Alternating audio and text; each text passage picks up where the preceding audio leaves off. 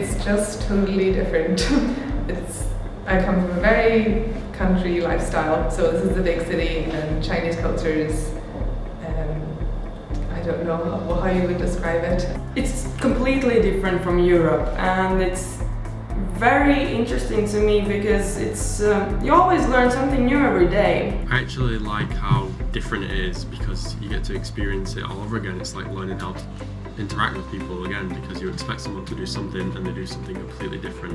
One of the weirdest things for me was people taking photographs of me on the subway because I'm a foreigner. Even now people just stare at me, I notice people staring at me when I walk onto the subway, so that takes a lot of getting used to. Everyone was really polite, so if I was doing something wrong at first, nobody would really correct me. So I found that I was kind of trampling gently on cultural traditions and things and didn't realise, or even in class, the Chinese teacher, the TA, wouldn't outright correct me on something, but I would know myself that maybe it wasn't right. So there were times at first where I'd have to ask, should I be doing this? And then they'd say, no, you should. But they wouldn't, it wasn't in their culture to correct me. Everybody's very kind of, no let me pay, no let me pay, you know, you're my guest, it's a sign of respect if I pay for you, or, you know, so you've always got to try and return that. Sometimes you've got to fight them to pay for taxes and pay for food and things like that. So they're very welcoming in that respect.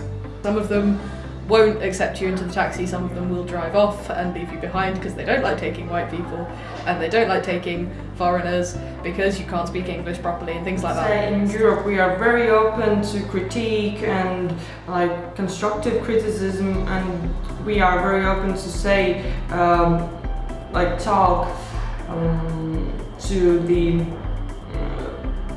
people higher in the hierarchy, right? And we can express our concerns, our problems, or whatnot. Here in China, they don't do that. I've met such incredibly nice Chinese people while I've been here. You know, not really been able to communicate with them, but like they've still been really lovely.